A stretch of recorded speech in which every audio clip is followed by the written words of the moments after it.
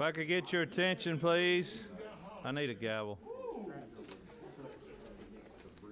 Hello. All right. Welcome to the Senate Agriculture and Consumer Affairs Committee. By a show of hands, how many people on this beautiful day would rather be on a tractor than in this hot committee room? All right. All right, I'm going to call the meeting to order. We have a quorum. Appreciate it's getting in the busy time of the session. I appreciate all the committee members being here. We've got 3 House bills on the agenda today, and we will go ahead and get started with that. First, we have House Bill 153. Representative Wiedauer, please. Yes, sir.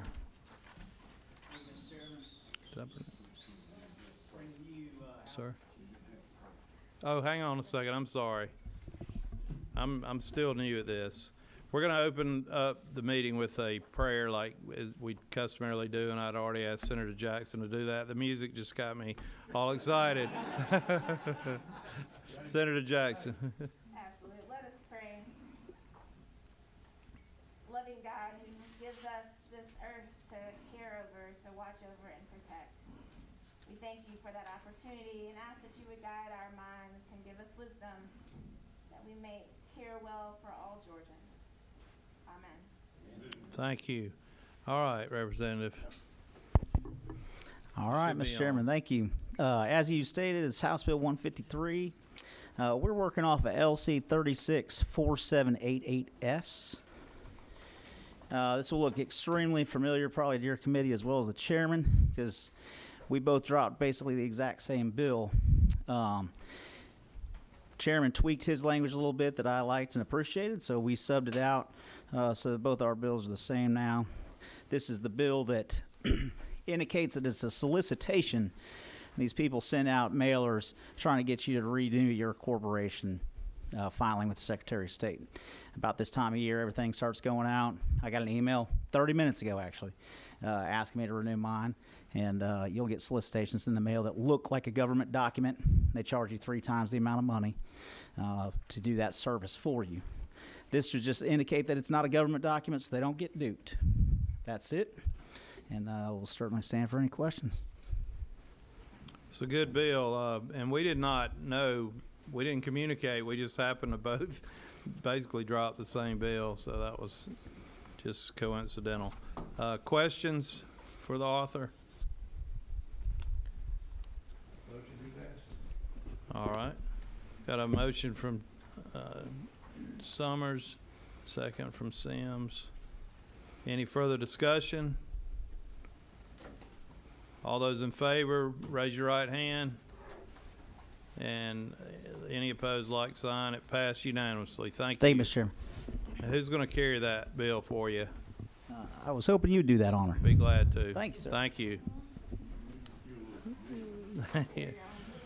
All right, next, Representative Corbett. Do you want to go ahead with Leach first? We have the next one due like a little bit longer. I don't mind going now. Go ahead, Mr. Corbett. I don't know.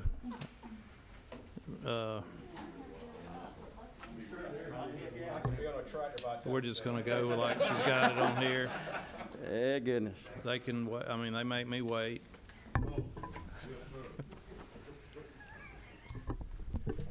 Yes, sir. Well, let me get my glasses on where I can see. They started playing that music, and I've been gone all week, so I'm really ready to go. Yes, sir. Long way from home. But anyway, thank you, Mr. Chairman, members committee. I bring before you House Bill 336, LC 441721S, and that's a sub. Everybody have that copy. Is that what everybody has? That's what I've got in my file. All right. Basically, what we're doing, this is basically a housekeeping bill from our Georgia Hemp Farming Act. We're cleaning up some stuff for Department of Ag. We're cleaning up some stuff for the GBI, the fingerprint in the background part. That's some cleanup language. We are lowering the fees, which I committed to do last year in this very same committee, based on what the numbers come in, how many processors, how many farmers, and then after working with Commissioner Black, we were able to lower the renewal fee.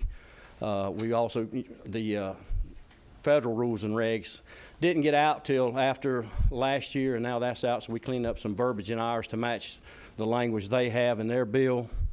So if you want to follow along in the bill, Section 1, we redefining what constitutes processing, and that was our great Senator Mullis, some language he had. We incorporated that into this bill as well. Section 2, this is some stuff for Department of Ag. We removed the cultivating structure. You can't cultivate in any structure that is used as a for residential purposes. That was something they asked to be put in. We also, in Section 3, then we remove the affidavit requirement for a grower to be able to have before he can get his grower's license from Department of Ag. We removed the affidavit, and that was after talking with growers and processors. They both agree that they didn't want that, and the Department of Ag agrees with that as well. So we removed the affidavit requirement before they can get that. We removed the where you have to be a qualified ag producer before you can get your license. And a lot of people were going through the process, getting their gate card and then never following through and getting their license. So instead of requiring them to get the gate card first, it allows them to go ahead and get their grower's license and permit, and then they can do the gate card later. That's just not a requirement with the Department of Ag before they can get their license. Lines 82 through 95, basically I talked to you the background checks. Last year, as the bill was coming to the floor, the GBI come out and said the language wasn't what they needed, so it's too late in the session to get it changed, and it was between the FBI, the GBI, and Department of Ag who could request a fingerprint background check, and basically the department has to do that. So we changed that language now where we added it back in lines 96 through 114, where the Department of Ag is the one that requests for the background check and fingerprinting. So that was added back in lines 96 through 114 with the clarification that the department requests that. Section 4, remove the same thing, the affidavit for the processor. They didn't have to have the affidavit with a grower before they could get their processor's license. Background check, we did the same thing for the processor. And then lines 192, we lowered the renewal fee. And like I said, that was a commitment we made in this committee last year, that if the numbers come in and where we could, we'd lower the fee. And I would make that commitment again to this committee this year. If the numbers come in and the Department of Ag says that we can lower those fees again next year, I'll commit to doing that again. Section 5, this new language on the surety bond for the process. We had a good meeting in the House Ag Committee, and it come up about the bond and how much the bond should be as far as the requirement on the processor, and we come up with the number 300,000 should be the minimum bond they could have. But then working with the Department of Ag after the meeting, that's what this sub is. The only difference between what we passed in the House and what you see before you is the language in Section 5 dealing with the surety bond. And this is identical to what they have in Colorado for the processors. It's a 2% of the previous year's hemp purchase. That amount, it has to be 2% with a minimum of $300,000 bond with a maximum of $1 million. So that's what we're doing in Section 5.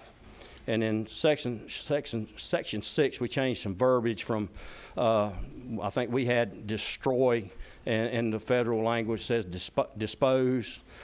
We had crop, and they use the word lot. And basically what this allows you to do, if you're a farmer and you have several different lots in one field, you don't have to destroy the whole field. They have it described as a lot, and that's basically what we're doing in Section 6.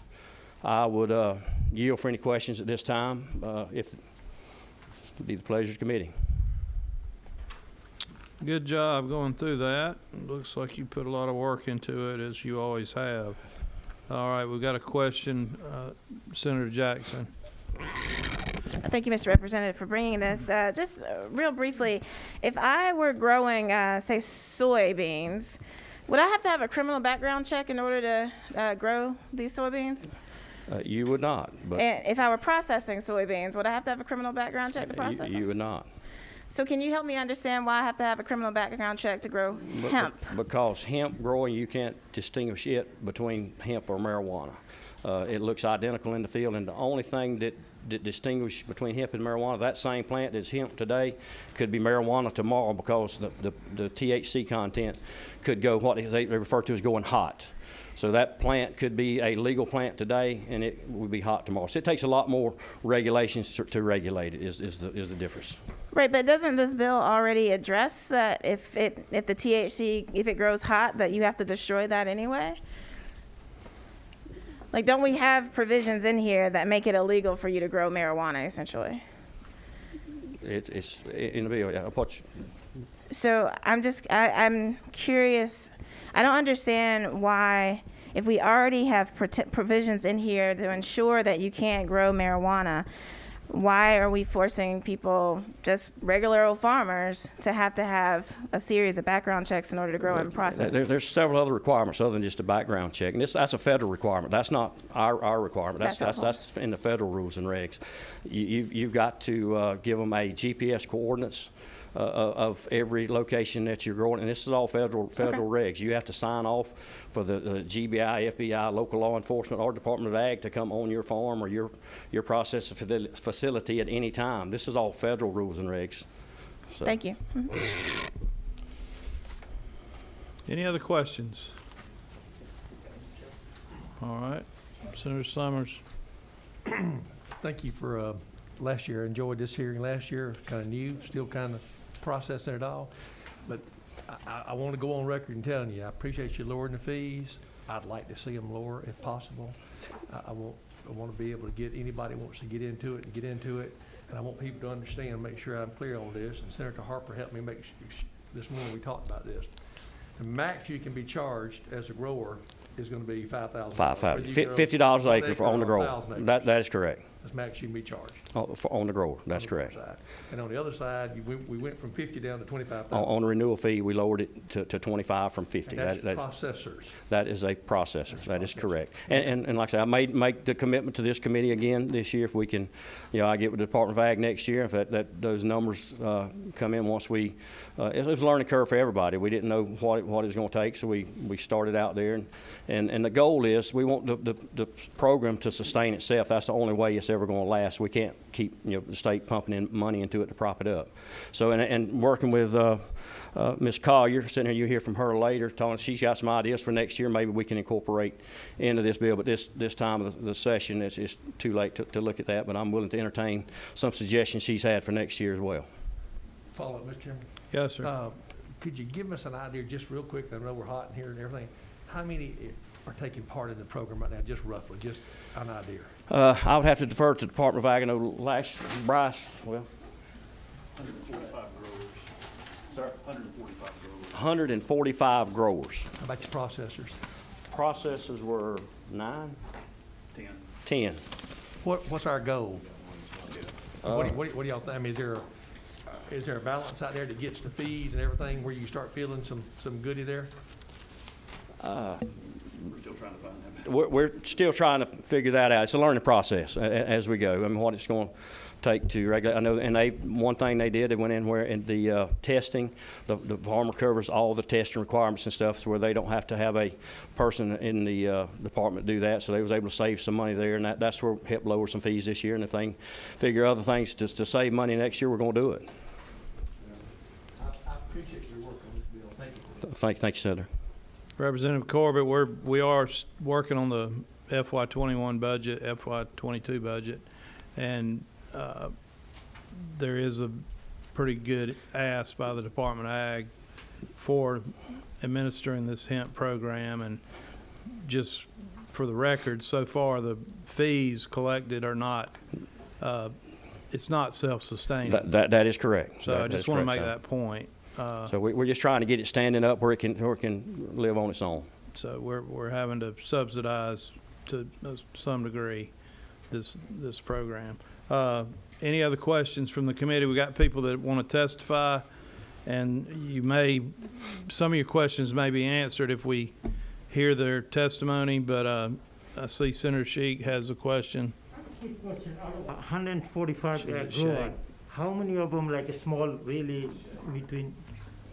I mean, how many is a big corporation or company, or how many of is really small farmer? I don't know the breakdown on the Breakdown, total okay. number. I'd have to defer to the Department of Ag I just on the wondering. size, the average, and I did see that number, I just don't remember. The average acres that were growing, like 14 acres, was that the average? It seemed like the average grower is 14 acres, so we're not talking about huge farmers. I'm just wondering, it should be, my guess would have been few hundred, you know? So I'm kind of surprised that participation is kind of low to me. Yeah. So. It's pretty expensive to get started. And last year with COVID, it's hard to judge, what a normal year would be. Hopefully we can have a good year this year. Okay, we've got several again that have signed up. We're going to call Victoria Collier to testify, and she is opposed to House Bill 336.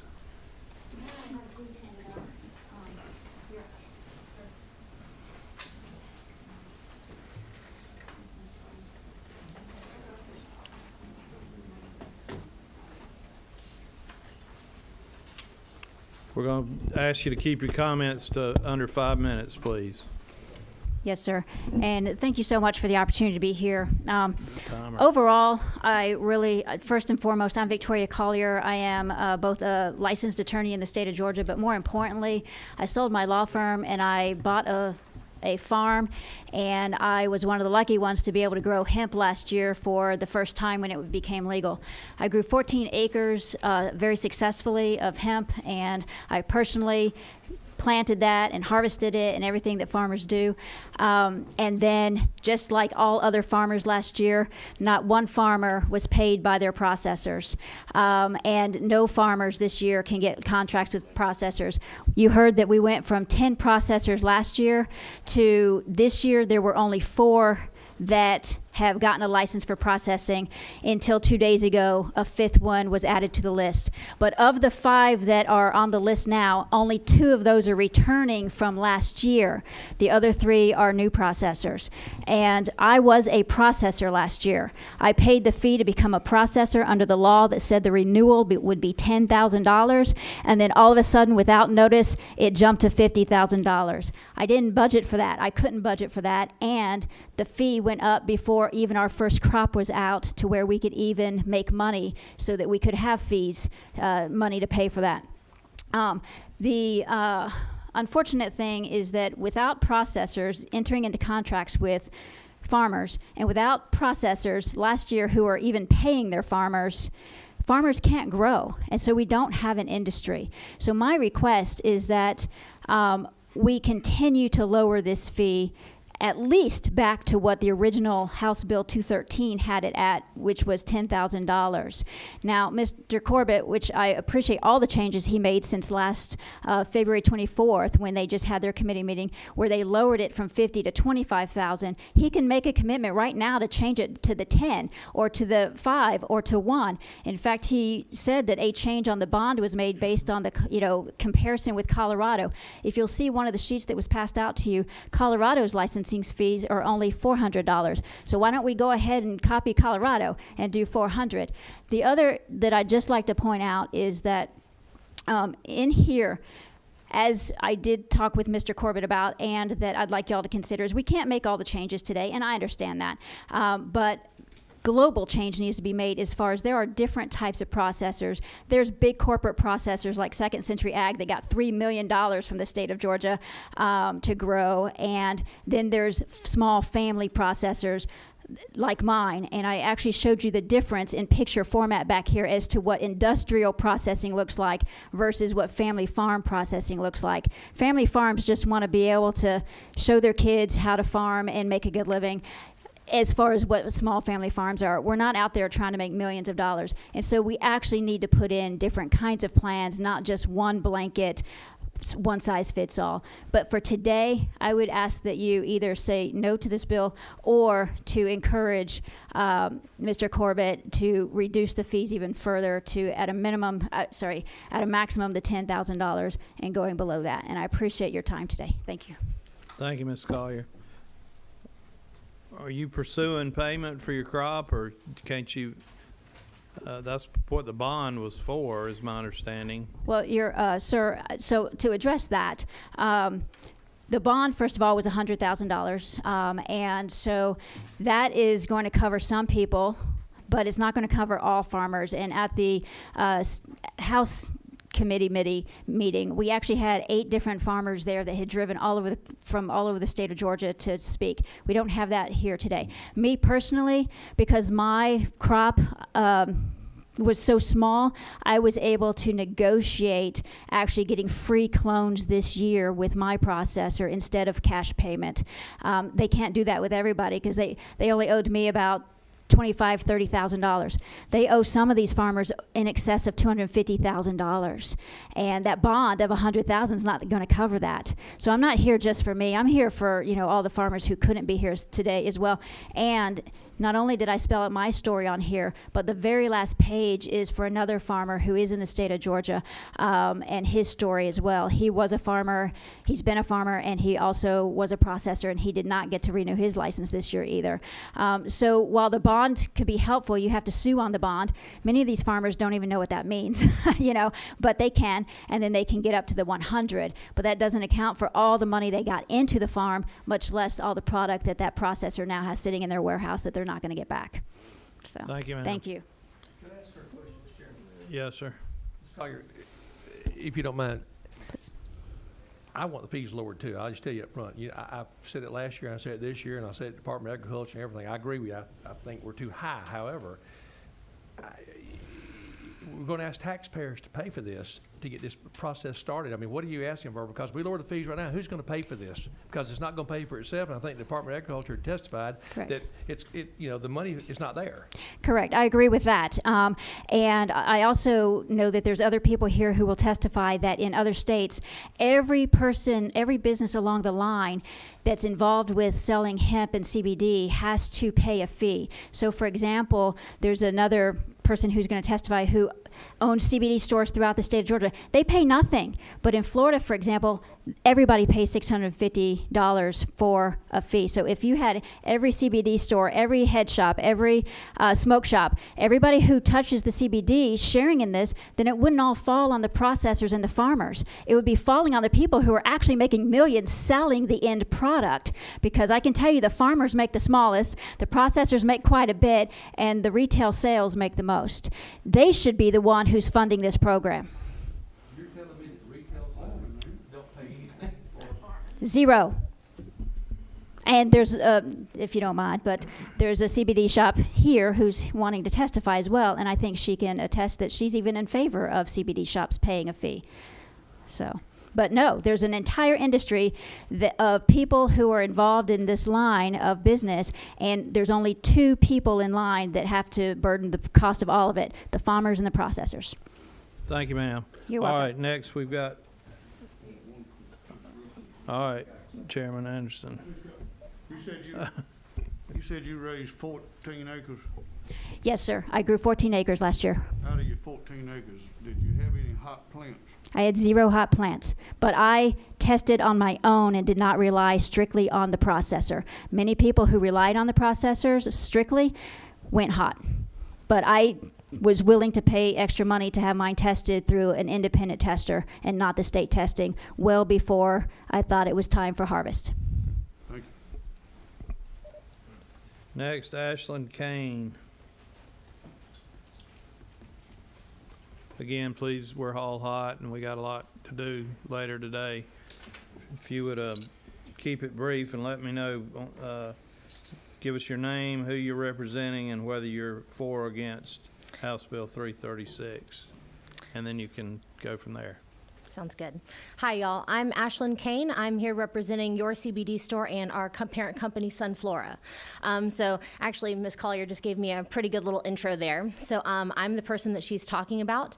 So our company is the largest CBD retailer in the world, certainly here in the United States. We've got about 600 stores, about 50 here in Georgia. So we are vertically integrated. We do our own growing, processing, and we are out of Florida, though we have a nationwide presence. So we have actually looked a lot at at Florida's Department of Ag, because they have a very robust hemp program that is quite impressive. They have a director of cannabis, so they are taking this very, very seriously. And like Ms. Collier stated, they have the fees spread out throughout the different chain. So yes, each store would pay $600. Each other kind of retailer would pay $600. That could be gas stations, head shops, pharmacies. That could actually technically be department stores, since a lot of them sell CBD now. Then you also got people who are selling hemp-based products like T-shirts, backpacks. So as you see, if you start pushing it down the chain and really dividing these fees up over people more evenly, then it becomes much easier to pay for. And honestly, as you can tell, I mean, we are one of these big guys, and even we don't like this legislation. Frankly, from a personal perspective, I just don't think it's very business friendly. And in a state where we are supposedly the #1 state to do business and agriculture is our biggest industry, the idea that we would be conducting our agriculture business like this is a little concerning to me. So in addition to that, I think that we do need to check out just lowering them for now, because like Ms. Collier said, people have already bought into this system, and the more people who are able to buy into the system and feel confident about it, because honestly, who's going to feel confident about processors and growers fleeing a market? Who's going to go to that market? Very few people. If we want to incentivize diverse participation in this market and really get our economy going, this is the only way. And to do that would enable small, medium, and large people to enter the market, to compete fairly, which I think is something that we all want. So basically, yes, I'm asking for right now a lowering of fees, and then eventually I would like to talk further with some of you that I have already talked to about a full restructuring of the fee process, so that way we can make sure we're spreading those fees out more evenly across folks and also getting more people invested into the hemp industry. Thank you. Any questions? Thank you, ma'am. I don't see any. All right, Mr. Fred Swan with Greening, Georgia.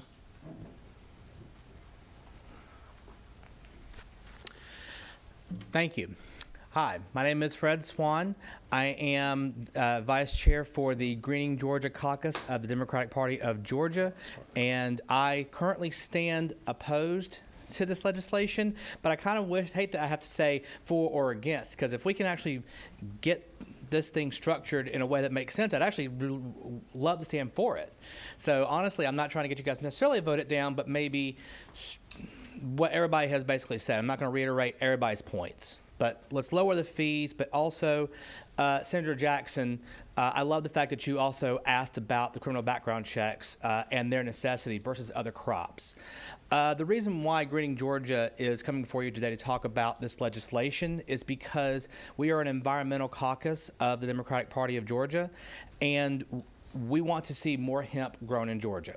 Period. The reason why we want to see more hemp grown in Georgia is because it is a very environmentally friendly plant.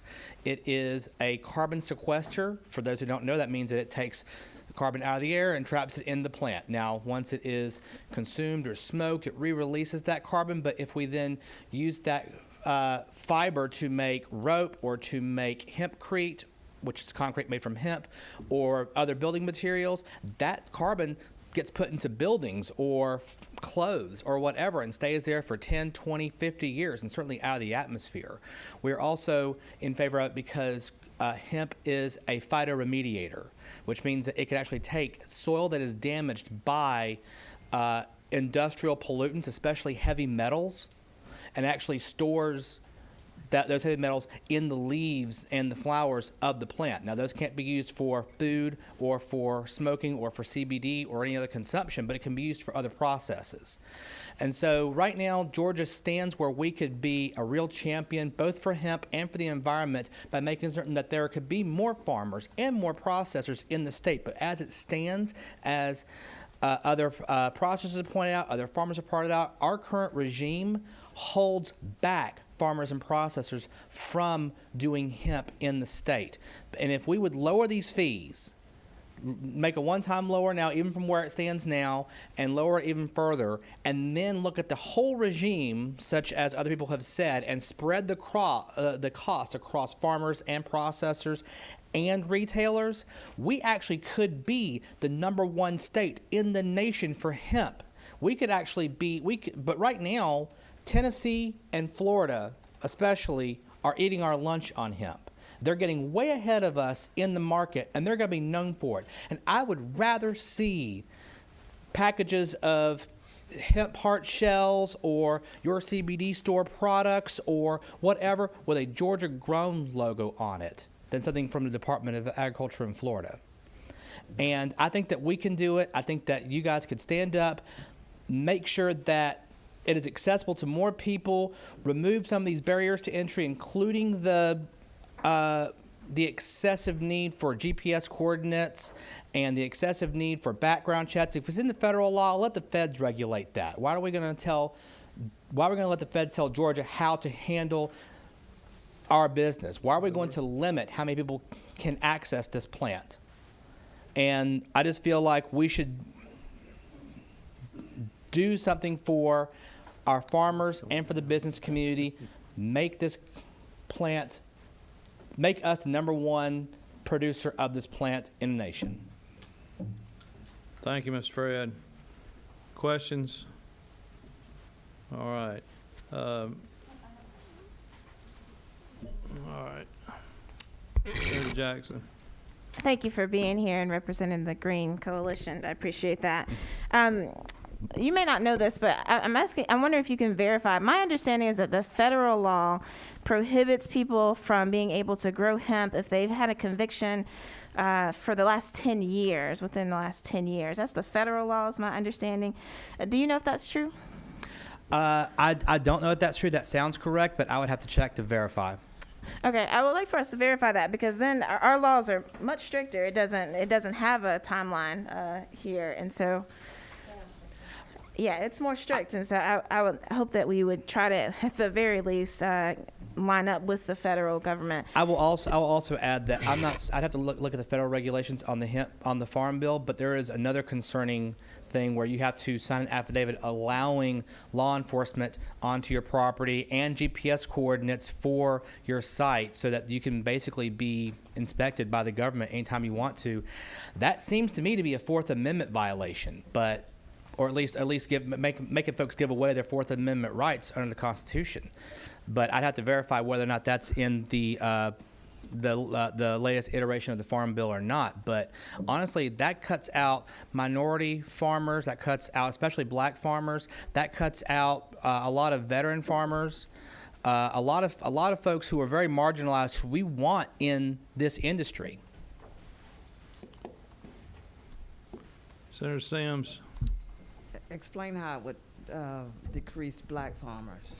Well, because of the number of black farmers who may, for whatever reason, have a criminal charge in their background or what have you, and because of the increased number of convictions of blacks, especially young blacks, in our criminal justice system, and the inherent unfairness of our criminal justice system.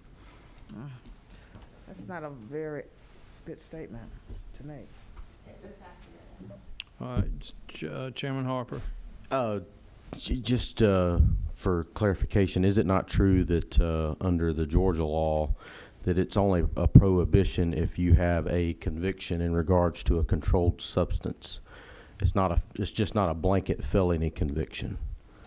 Yes, that is correct. Okay. I just wanted to clarify that the Georgia law is specific to your involvement with the trafficking of controlled substances or drugs in that regard. And there is a requirement from the federal government that, as Senator Jackson pointed out, and but there's nothing in the federal law that prohibits the state from being more restrictive. And I think we made that decision to put that in our law in regards to controlled substances. And that was something that was worked on pretty intently, especially a couple of years ago with our friends in the law enforcement community. In regards to the coordinate piece, if I may, Mr. Chairman. Yes, quickly. Under the federal regulations, you're familiar if the product goes hot, that particular crop has to be destroyed. Correct. Okay. So one of the ways that we tried to minimize the impact to the farmer was by implementing the GPS coordinate procedure. The purpose of that was to allow our producers to basically create a multitude of lots. And we destroy by GPS coordinate. We don't destroy by field. So in the intent and behind that was to say, I got a 10-acre field and I have 5 GPS coordinates in that field. Well, if GPS coordinate 1 is hot, but GPS coordinates 3, 4, 5 are not, I only have to destroy that one particular portion. I don't have to destroy the entire 10-acre lot, if that makes sense. So that was one of the purposes of that provision that we put in the law a couple of years ago. There were a multitude of reasons for that. Obviously, one of them was for the law enforcement piece, but another part of that was to help protect the farmer from a multitude of losses that they could sustain if they had to destroy the entire field, and we didn't want them to have to do that. And so that was where some of that language come from in regards to the GPS coordinates. I'm just trying to give some background, Mr. Chairman. Thank you, Chairman. That's helpful. All right. Next we have, thank you, Mr. Fred. Next we have Scribbles. Oh, you're skipping me? And then Scribbles can bring Aviva with him. Okay, so he's gonna go first. Okay. I'm nervous. That's okay. You're fine. Okay.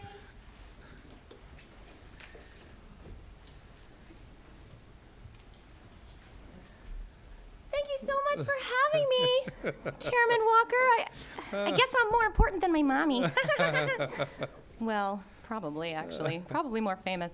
I want to talk about hemp seeds and how nutritious they are and how they have all 9 omegas and protein. And I eat them all the time, and my mommy spends a lot of money on them.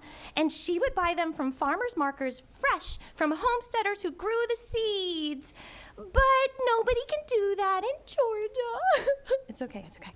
And so, can we please add that they can grow raw and sell the raw? There's this section in there. Mom, what is it? I'd have to look it up, but it's in the Georgia Hemp Farming Act. It's not in 336. It's in the definitions. Yeah, it says that farmers can't grow their raw hemp or leaves or flowers. It doesn't say seeds. So can we say they can sell the seeds? So we're just really confused. And I just want to say that I'm committed.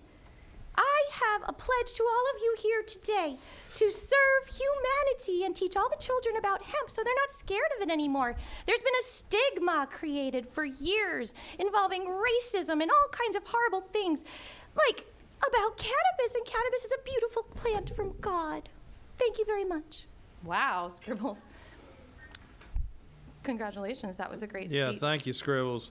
And you're sharing his 5 minutes, by the way. How typical of the corrupt nature of this family right here. Well, sorry about that, but I really appreciate y'all being here. I appreciate all the representatives meeting with me, fielding all my phone calls, not returning them, and that's okay too, because maybe you still see them. Maybe you still see my emails. My name is Aviva. I am founder of the Georgia Hemp Economic Revival Organization. I founded it because I found out that you can use cannabis for fuel, and I wrote the song Cannabis Car and got pressured to start coming down here and talking to you all for free for all of our entertainment. And I basically also started to do documentaries about hemp. So I released Hempdemic last year about HB 847 because it just wasn't enough. The 2 minutes, the 5 minutes, you know what I'm saying? The first thing I want to address that we spoke about already is that it's not sustainable. Well, the reason why we only have 145 farmers is because I've got dozens of farmers messaging me because I founded this organization and I'm the contact point, saying they are farming in other states. So we're not getting the money. They're just going to go down to Florida, where there's no fee to actually grow, even though there's a permit to process.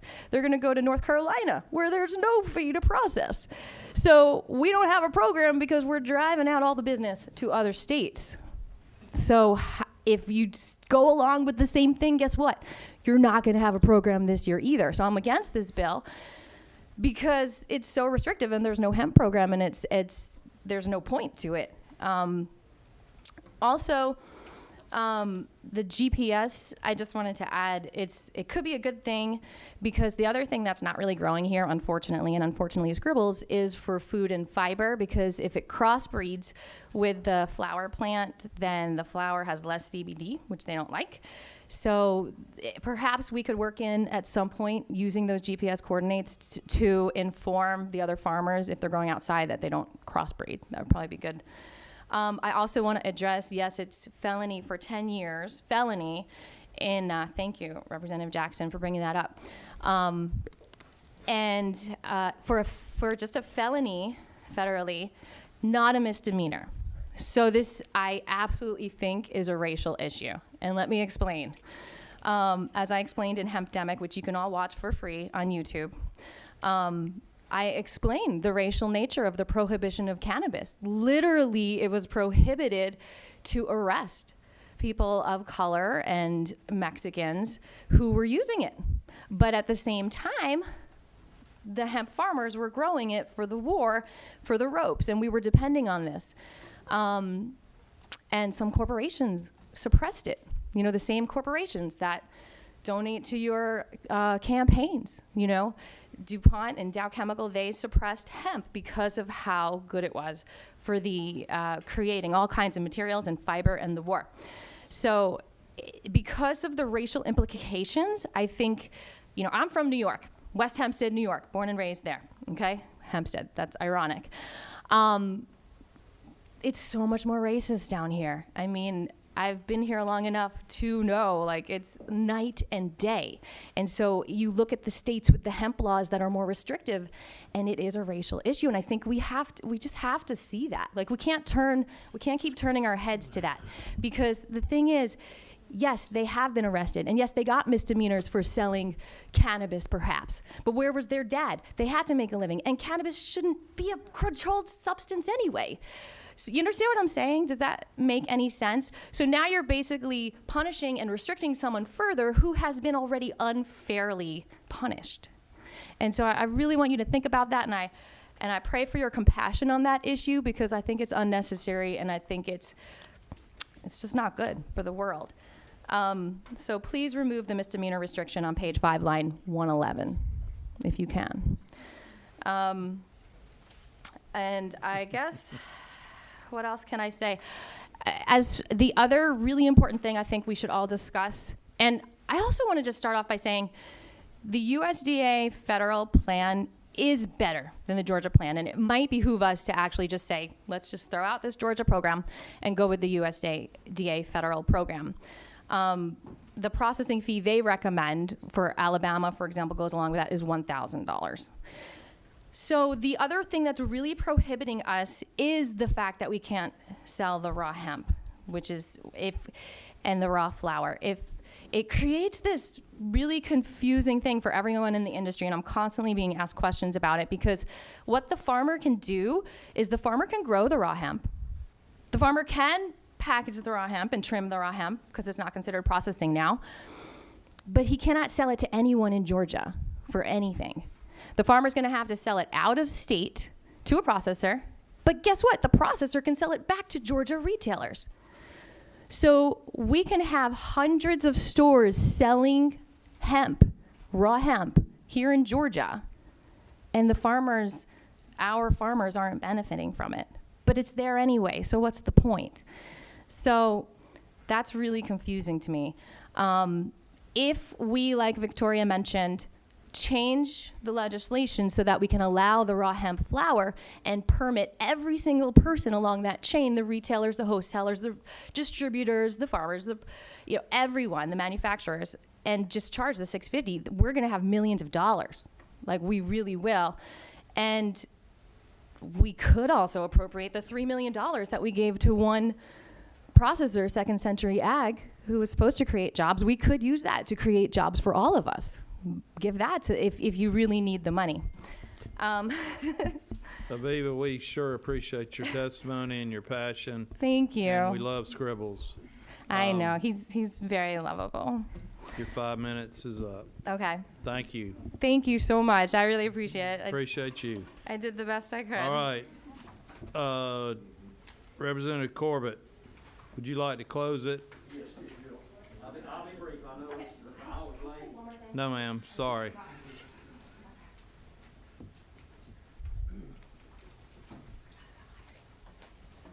Thank you, Mr. Chairman, members of the committee. Yes, sir. Thank you for hanging in there this afternoon. I know the hour's late, and y'all in a hurry to leave, and I'll be brief. But address one thing. We're saying $3 million to this Second Century. I believe that was a Guardia loan they made through a company. I don't think that's state gave them that money. I think that's a loan through Guardia, to Georgia Rural Jobs Tax Credit Act. That's where that money came from. I've talking with Ms. Collier outside. I would love to take a look at what she's talking about. Something like Florida's doing. Tax everybody up the line, charge them a fee. But at this stage in the process, where we're at now, we're to the point where we're comfortable with Department of Ag, the fees that we've got right now. So it's what we're going to stay with, because I don't think we've got. It's going to take a lot of study and investigation into what they're doing. And I did Google, what states made money growing hemp last year, and basically nobody did. If you had a market, you had 44 states getting into the market. It was flooded, COVID, and you can ask the Department of Ag. I've got a friend of mine that knows a guy in California who wants to get some growers in Oklahoma. They got a list from the Department of Ag in Oklahoma. It was only about 20 at the most. 17 growers is all in Oklahoma. And you look at the reasons why, and it's from either the plants were no good, the seeds were no good, a whole list of reasons why nobody made the money. Also the market was flooded, but nowhere in there was it about processors' fees or what was too high, or in any of the states where it didn't make any money. Like I said, I just like to ask the committee to pass the bill as is, and then I'll make the commitment next year with working with the Department of Ag and Ms. Collier. If we can lower those fees, I'll make that commitment just like I did last year to do that. Thank you, Representative. It's my understanding that we need this bill so we can stay in compliance with the federal regulations. If we were to fail to do that, the whole hemp industry in Georgia, even in its infancy, might be at jeopardy. So that's my understanding. I'm going to ask for we've had a good discussion today. I appreciate that. Is there a motion? All right, we've got a motion. All right. When we're talking about motion do pass, by substitute, House Bill 336, LC 441721S. Was that your motion? Yes, sir. I thought it was. Do I have a second? Can I say something? No, ma'am. Thank you. Second. All right. Motion and a second do pass. Any further discussion? I would like to propose an amendment that would bring us into the same place with the federal laws as it relates to striking the misdemeanor portion of this law. So I would like to propose that no license on line 111, no license shall be issued to any applicant who has been convicted of a felony for controlled substance or who materially falsifies. We would continue with the rest, but that we would strike the misdemeanor portion of this in order to bring us into alignment with the federal laws. And let me just say, it's really important to note that a misdemeanor for selling a controlled substance includes selling marijuana, and it can be as little as more than 1 ounce. So it could be a very small amount of marijuana that someone is charged with for selling, and they are right in saying that African Americans have been overly convicted of that. And so in order to allow access to more people, particularly African Americans and other people of color and people who have been incarcerated, I would like for us to make that amendment.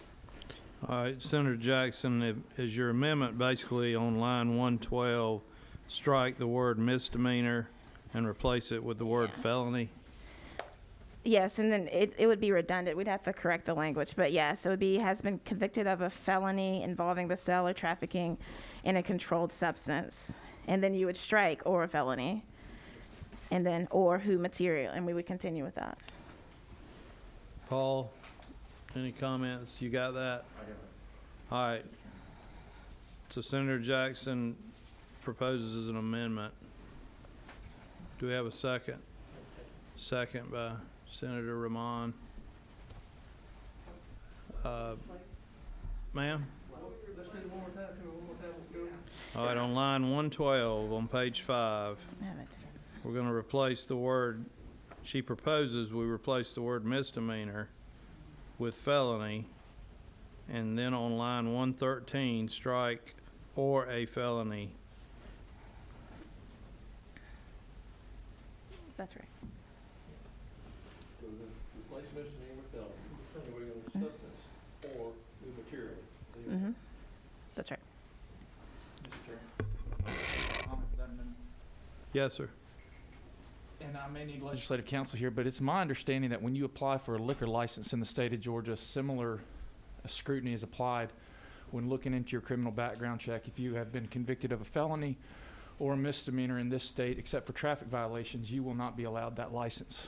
And I think there's a public policy concern there in the state, and I'm afraid that this amendment may circumvent that public policy. All right, thank you. Yes, ma'am. So I think it's really important for us to note that if we continue to prohibit people with misdemeanors from being able to get licenses, that we are essentially punishing them for a lifetime for a misdemeanor crime. And where I come from, when you've served your time and you've completed it and you're off paper, then you should be free to continue with your life. Particularly given that we're just talking, I haven't tried to fix the felony piece. This is just a misdemeanor. Senator Jackson, I think the way this works, again, I'm new, but I think it needs to be a question to the chair, probably. I don't think we're going to get into a direct debate one-on-one with each other.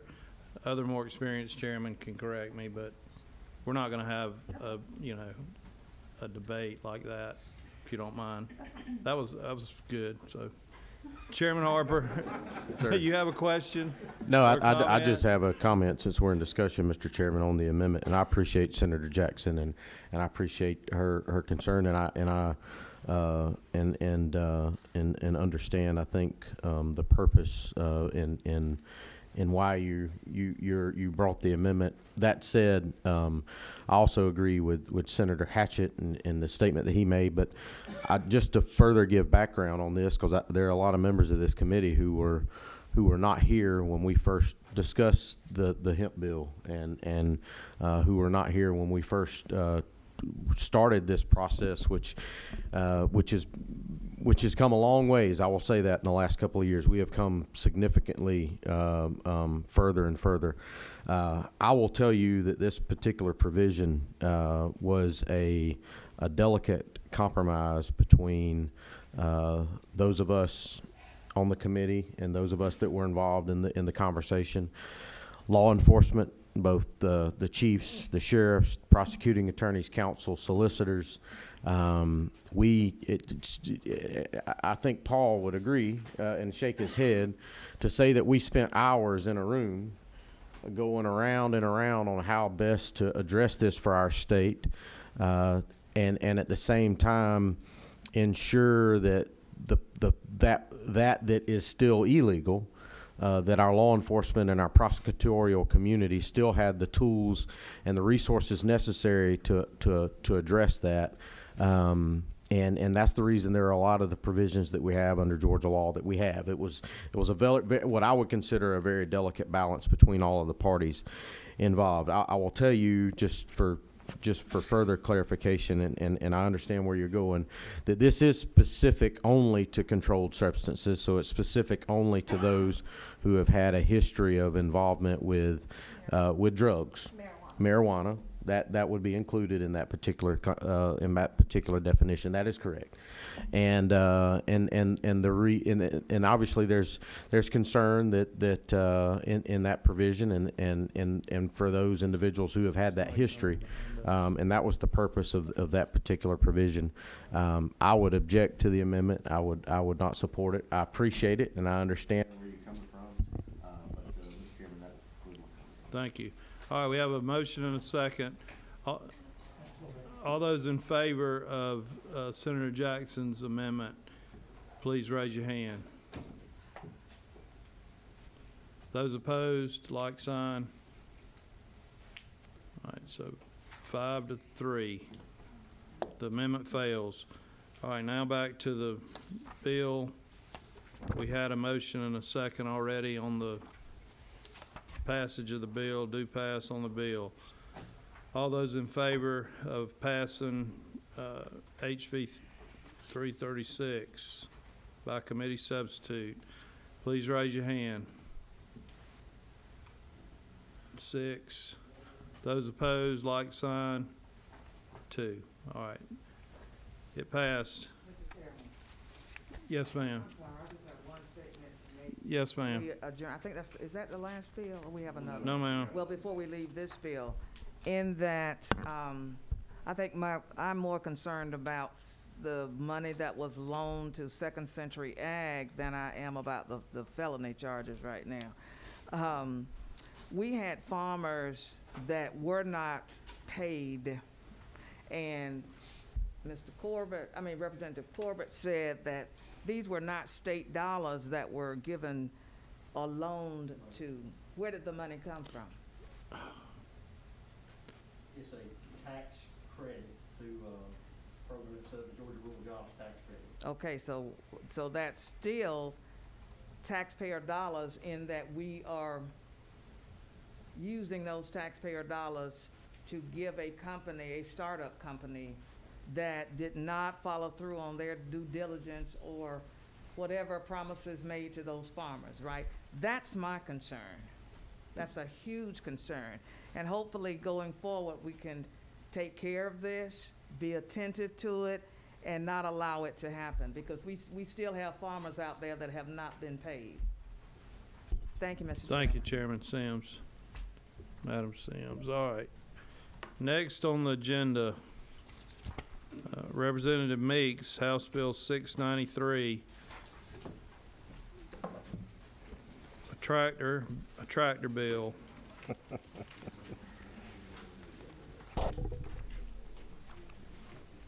Thank you, Mr. Chairman. Yes, sir. Good afternoon, members of the committee, and I know the time is late. I'll be brief. House Bill 693, LC 44-1695, deals with tractors on the highway. Currently in code, we don't have anything governing tractors moving around on state highways and local highways. The first part of the bill just simply says if a tractor is approaching a vehicle, that the tractor and the equipment is taking up more than their lane of travel, tractor moves to the edge of the road, edge of the right-of-way, off to the side where oncoming traffic can safely pass. Second part of the bill is if a tractor pulling an implement has an impediment, a bridge, a guardrail, sign, or anything else where the tractor cannot get off the road, then oncoming traffic should yield right-of-way to the farm equipment until they can safely pass each other, and then move over to the edge of the road.